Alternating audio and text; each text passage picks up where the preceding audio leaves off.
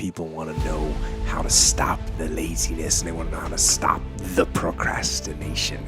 And, they have some idea in their head, some kind of a vision of what they want to do, but they don't know where to start. They don't know where to start it, They don't know where to start. And so they say, hey, where do I start? And when's the best time to start? And I have a very simple answer for that. Here and now. Let's get real. Excuses are the barriers we build ourselves. They are the stories we tell to justify why we're standing still, watching life pass us by. Every time you say, I'll do it tomorrow, or I'm not ready, you're giving your power away. Excuses keep you comfortable, safe, and exactly where you are. But comfort doesn't bring growth, it brings stagnation. The truth is, you'll never be ready. There will never be a perfect time. So I do scream to me the other night, hey, Will, I want to be an actor, man. I want to be an actor just like you. Usually people say stuff to me like that. I'm like, yeah, man, you do is give them an encouraging word. But I was just sitting here thinking, and it dawned on me, 99% of people that say stuff like that are not willing to do what it takes to make their dreams come true. The Marines have a saying, everybody wants to go to heaven, but nobody wants to die. And that's just real. At the center of bringing any dream into fruition is self-discipline. Something as simple as food and eating. It's not about your body as much as it is about your mind. It's getting command of your mind to be able to choose actions that are in your own best interest.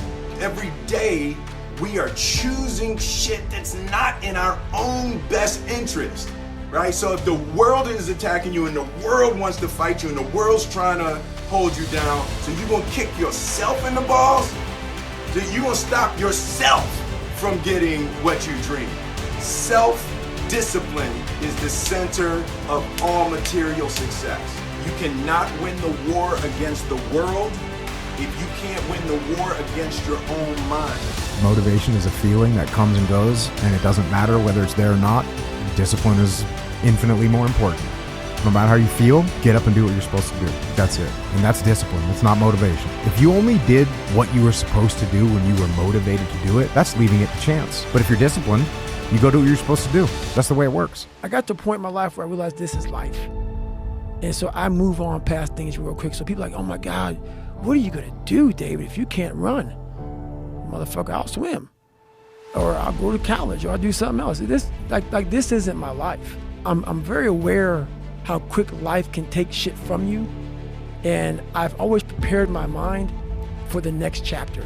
If you have a specific plan for when you're going to implement a habit, you're much more likely to follow through. There are a variety of studies that have shown this to be true. This is a concept that researchers would refer to as implementation intentions. It might be something like filling out this sentence. I will perform X behavior on this day, at this time, in this place. And simply by filling out that sentence, you are much more likely to follow through. For example, I will drop off the recycling on Sunday night at 8 p.m. at this location. And each time that you fill out a sentence like that or have a very clear plan for when and where you're going to implement the habit, you're more likely to follow through. Don't do this with a spouse. Don't do this with a sibling. Don't do this with a boyfriend or girlfriend. Those relationships are too close. But find a best friend and ask them this simple question. Why are we friends? And so they're going to look at you and be like, I don't know. Why are you asking me this? And you say, come on, I know you've been there for me my whole life.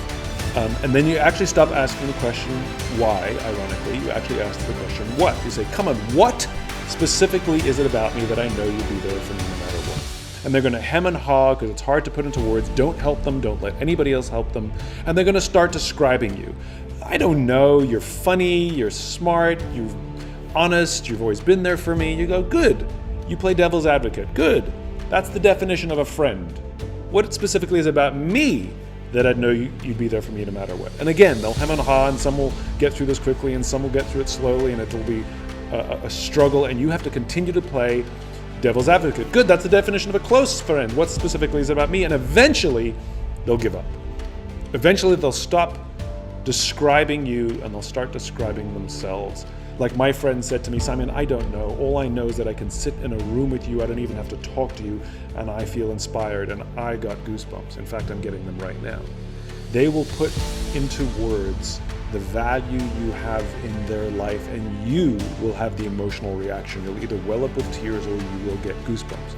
If you find your passion, you're going to have this tremendous energy. It's sustainable energy.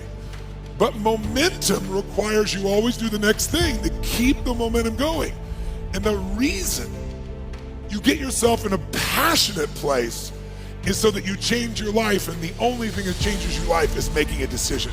Life is constantly throwing obstacles, challenges, and distractions your way, and if you're waiting for the right moment to act, you're only piling on the excuses that keep you from what you could become. Human beings can control a lot more than they think they can, and oftentimes it's pretty easy just to say, oh, that's not me, that's not on me. And I think that's the whole genesis of the idea of extreme ownership, is most of the time, or much of the time, people say that's not my fault, there's nothing I can do about that, and more often than people think, there is something you can do about it, and it is your fault. The heaviest weight at the gym is the front door. There was a day I really didn't feel like working out. I've been on a really good streak where I haven't missed in quite a while. I went to the gym and I was like, I just really don't feel like doing anything today. But instead, what I said was, let's just do the first set and see how you feel. And, I felt a little bit better, so I was like, I'll do the next one. And then I just kind of got through the whole workout that way. I got to the end of it, and it wasn't like anything to write home about. I mean, I didn't have an amazing lift or anything like that. But in a way, I almost feel like the bad days are more important than the good days, because if you show up on the bad days, then you maintain the habit. And if you maintain the habit, then all you need is time. For people watching this, when they wake up tomorrow, what's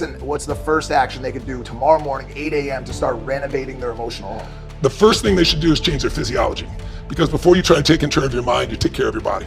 Your body affects your emotion. Then how they become conscious of it is they simply ask themselves, in this moment, what am I focusing on? They start to ask, what am I focusing on? Well, what's wrong is always available. So is what's right. And then the meanings are the most important ones, because when you're really upset, there's a meaning. And I always tell people, meanings come from beliefs. A belief's a poor substitute for an experience. I could believe something about you, you can believe about me, but if we go hang out for a week, we know each other. If you tell me I know what China's like, you've never been there, it's your belief. If we go live there for 6 months, now you know. To answer your question is, they got to change the body first. They could do it by lifting weights. Anything that requires you to do something, even for a short time, give you 10 minutes, where you're pushing way beyond your comfort zone. What that does, it makes your mind and your body work together, and then you develop real will. For an extended period of time. That's correct. Regularly. Yes. It's more importantly than an extended period of time is the consistency. What you really want is to create a setup where it's easy to do the things that pay off in the long run, and you have the mentality of, I'm the type of person who will work hard. So imagine you have a hose that's like bent in the middle, and there's a little bit of water trickling out. If you want to get more water through the hose, then you have two options. The first is you could just crank up the valve and force water through. But that increases friction and increases tension in the system. The other option is just to unfold the bend and let the water flow through naturally. And that also gets more water to flow through, but it reduces tension and reduces friction. So much of the conversation about building better habits and achieving peak performance is all the mental equivalent of cranking up the valve. You need to work harder, you need to have grit, persevere, hustle, grind. And it's not that those qualities are bad, it's just that it increases tension in the system. Massive action is the cure-all. Massive action is the cure-all. If you're having a difficult time with something, your relationship isn't where you want it to be, your finances are not where you want to be, your body's not where you want to be, your business is not where you want to be, you need to take massive action. And if that doesn't work, try something else. If that doesn't work, try something else. Keep going with massive action and you will find the way, because it will give you momentum.